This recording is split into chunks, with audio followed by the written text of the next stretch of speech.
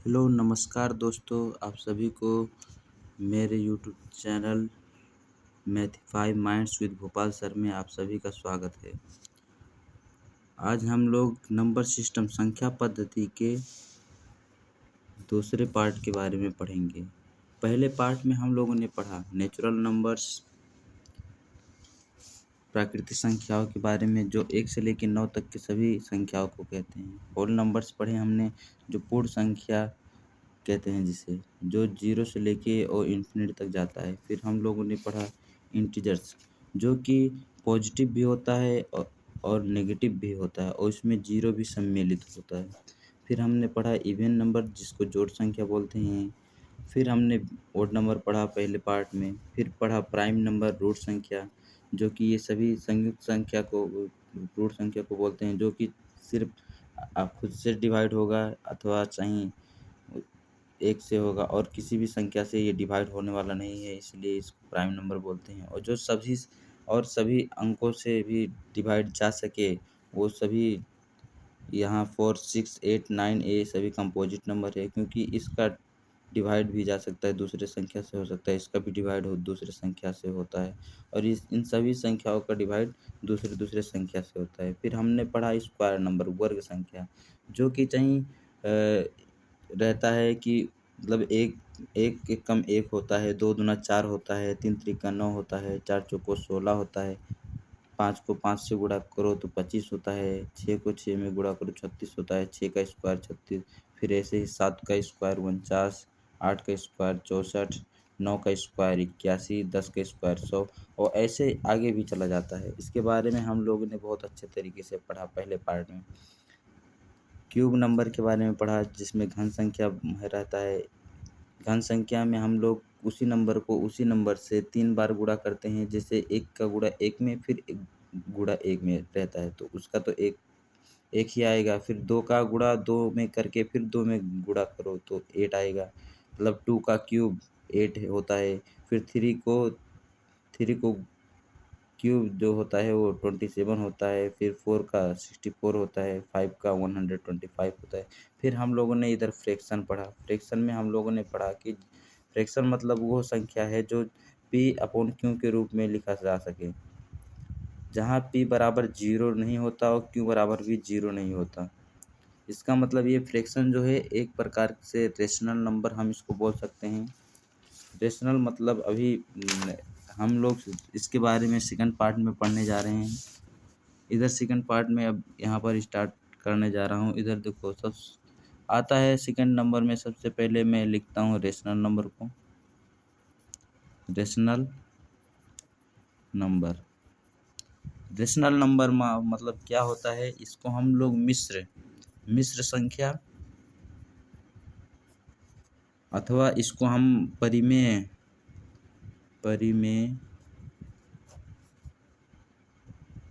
संख्या भी बोल सकते हैं। जिसका मतलब ये होता है, जैसे रेशनल नंबर मतलब क्या होता है, जैसे ए सेम फ्रैक्शन के जैसे होता है।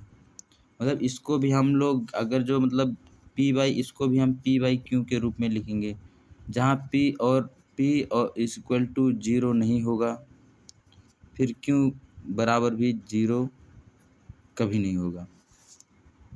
जैसे एग्जाम्पल के तौर पे अगर जो हम लोग इसका एग्जाम्पल देखें, उदाहरण देखें, एग्जाम्पल देखें, तो एग्जाम्पल में क्या क्या हम लोग पाएंगे। जैसे कोई भी फ्रैक्शन का ले लो, 7/8, 9/4 और 3/2, ऐसे बहुत सारे हैं जो कि हम पता कर सकते हैं। अब रेशनल नंबर तो हो गया। रेशनल नंबर शायद आप सभी के दिमाग में अच्छे से हो गया होगा कि कैसे नंबर्स को रेशनल नंबर कहते हैं। अब यहाँ पर हम लोग आएंगे इरेशनल नंबर पे। इरेशनल नंबर, इसका मतलब हम लोग अपरिमेय, इसका जो अर्थ है वो अपरिमेय होता है। अपरिमेय संख्या, जिसको अब इसका मतलब हम लोग क्या बूझेंगे, जैसे रेशनल नंबर को हम P/Q के रूप में लिख सकते थे, पर हम इरेशनल नंबर को पी बाई क्यू के रूप में कभी नहीं लिख सकते। पी बाई क्यू के रूप में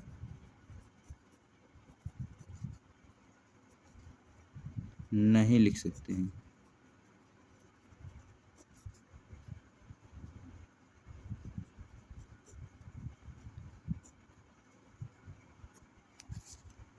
इसको पी बाई क्यू के रूप में कभी नहीं लिख सकते हैं। ऐसा है इरेशनल नंबर, जैसे कि अब हम लोग इधर √2 कर सकते हैं अथवा √3 कर सकते हैं। इन लोगों को हम लोग पी बाई क्यू के रूप में कभी नहीं लिख सकते हैं। फिर आता है एक और आता है, जैसे अब इसके बाद में आता है real numbers. Real numbers, real numbers मतलब क्या होता है? वास्तविक संख्या होता है उसका मतलब। वास्तविक संख्या, वास्तविक रियल नंबर को हम वास्तविक संख्या बोलते हैं, जो कि ये इसका मतलब होता है कि जो रेशनल नंबर हो और जो इरेशनल नंबर हो, ये सभी रियल नंबर्स में पड़ते हैं। तो इसका एग्जांपल तो शायद नहीं बताना पड़ेगा, क्योंकि इधर रेशनल और इरेशनल दोनों दिए हुए हैं। मतलब ये जो 7/8 है, 7/8 है, 9/4 है, 3/2 है, इसको हम रेशनल नंबर भी बोल सकते हैं। और क्या बोल सकते हैं? इसको हम रियल नंबर बोल सकते हैं। इसका मतलब क्या हुआ? रियल नंबर जो है वो रेशनल नंबर भी है, वो इरेशनल नंबर भी है। मतलब इरेशनल और रेशनल दोनों नंबर्स को हम रियल नंबर्स बोल सकते हैं, वास्तविक संख्या बोल सकते हैं। जैसे कि इसका एग्जांपल अगर जो मैं दे दूं, तो वो उसको हम √3 भी लिख सकते हैं, वो 7/8 भी हो सकता है। मतलब देखो, यहाँ पर इरेशनल नंबर और रेशनल नंबर दोनों इसके एग्जांपल हैं। तो मतलब दोनों रियल नंबर मिलके बनाते हैं। फिर अगला नंबर जो आता है वो होता है imaginary number. Imaginary number,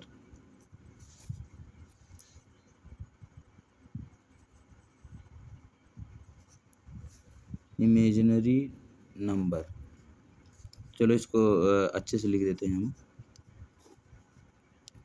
imaginary number, ये इमेजिनरी मतलब क्या होता है? इमेजिनरी नंबर मतलब होता है काल्पनिक, काल्पनिक संख्या। ये ऐसा नंबर है कि जो वास्तव में होता ही नहीं है, बस इसको सिर्फ कल्पना कर सकते हैं। इस नंबर को सिर्फ कल्पना कर सकते हैं हम, ये वास्तव में नहीं होता। जैसे एग्जाम्पल के तौर पे हम लोग इसको मतलब क्या कह सकते हैं कि √-1, ये वास्तविक में होता ही नहीं है, कभी नहीं होता है, होता नहीं है। इसको इसीलिए इसको कल्पना मात्र करके इसको हम लोग ऐसे लिख सकते हैं, कल्पना करके, इसीलिए इसको हम लोग इमेजिनरी नंबर बोलते हैं। ऐसा संख्या जो रियल ना हो, वास्तव ना हो, उसको हम इमेजिन करके इमेजिनरी नंबर कहते हैं उसको। और यहाँ पे एक और नंबर आता है जिसको हम लोग बोलते हैं कॉम्प्लेक्स,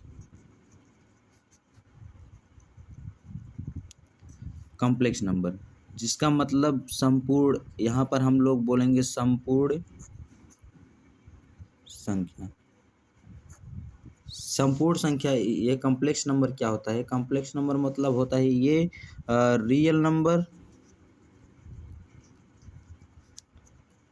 नंबर और इमेजिनरी नंबर जो होता है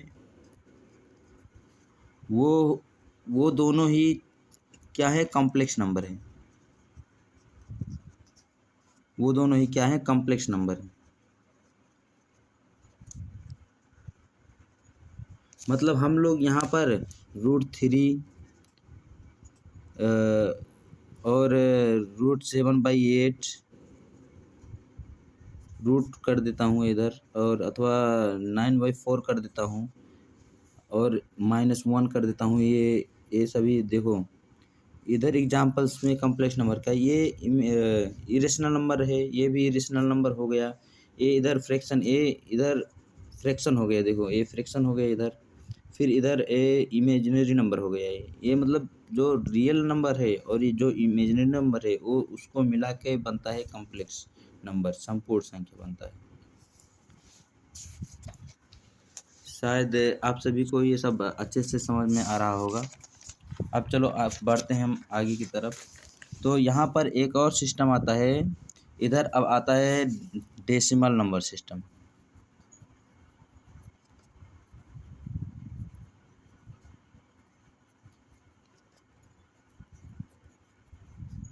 डेसिमल नंबर सिस्टम ये सबको पता होगा। दशमलव, इसको कहते हैं दशमलव, दशमलव संख्या पद्धति।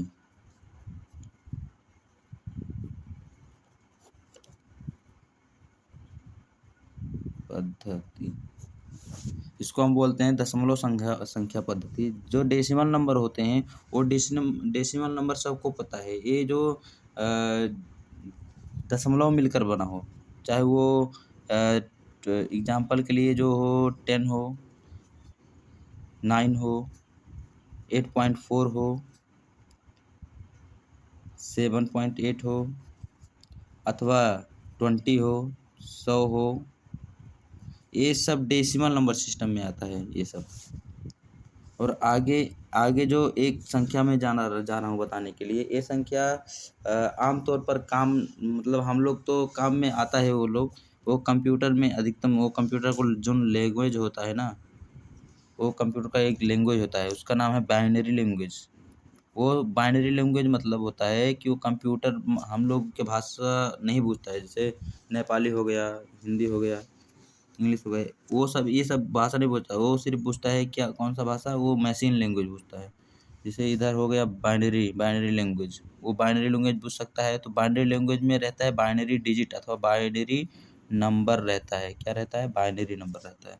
बाइनरी नंबर, जो बाइनरी नंबर होता है इसमें क्या होता है, जो हम इसमें दो संख्या होता है, इसमें दो संख्या होता है, एक जीरो होता है और एक वन होता है। जीरो और वन का भाषा जो कंप्यूटर पूछता है वो जीरो और वन का भाषा पूछता है।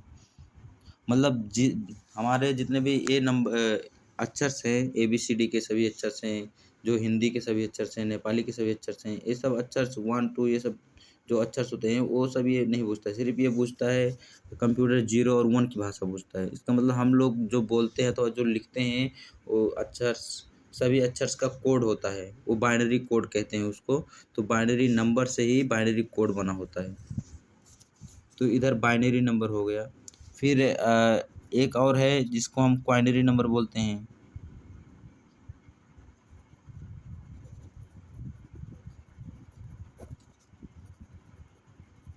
ये क्वाइनरी नंबर क्या होगा? क्वाइनरी नंबर मतलब इसमें 5 संख्या होती है, 5 डिजिट होती है। जैसे 5 अंक होती है, जैसे वो जीरो से वो भी स्टार्ट होगा, 0 1 2 और ये 3, ये कितना हो गया 4 और ये 4, ये 4 संख्या है। 0 से लेकर 4 तक जो नंबर्स है उसको हम क्वाइनरी नंबर बोलते हैं। अब इसका देखो, ये जो इसका बाइनरी का जो है बेस, इसका अगर जो हम बेस बोले बेस, तो बेस हम लोग उसका बेस जो रहता है वो 2 रहता है, क्योंकि डिजिट कितना है 2 है, इसलिए उसका जो बेस होता है वो 2 रहता है। और इसीलिए इधर क्वाइनरी जो होता है, क्वाइनरी जो होता है वो हम लोग इसको हम 0 से लेके 4 तक कर सकते हैं। 0 से लेके 4 तक, तो बेस इसका कितना हुआ? बेस हुआ इसका 5। और ये जो मैं एग्जांपल इसका ये सब बताया हूँ, ये सब डेसिमल नंबर का जो एग्जांपल मैं बताया हूँ, ये देखो 0 से लेके 9 तक के सभी अंकों से मिला है। 0 से लेके 9 तक के सभी अंकों से मिलकर बना है ये सब। इसीलिए इसको हम डेसिमल नंबर सिस्टम बोलते हैं, दशमलव संख्या प्रणाली बोलते हैं अथवा पद्धति बोलते हैं। यहाँ इसका जो बेस होता है, डेसिमल नंबर का बेस जो होता है उसका बेस होता है 10, 10 होता है उसका बेस। इन सभी के बारे में हम अच्छे तरीके से इधर पढ़ेंगे। यहाँ पर इन तीनों में क्या दिया रहता है, इधर दिया रहता है चेंज करने के लिए कन्वर्ट रहता है। कन्वर्ट मतलब रूपांतर करना। Convert following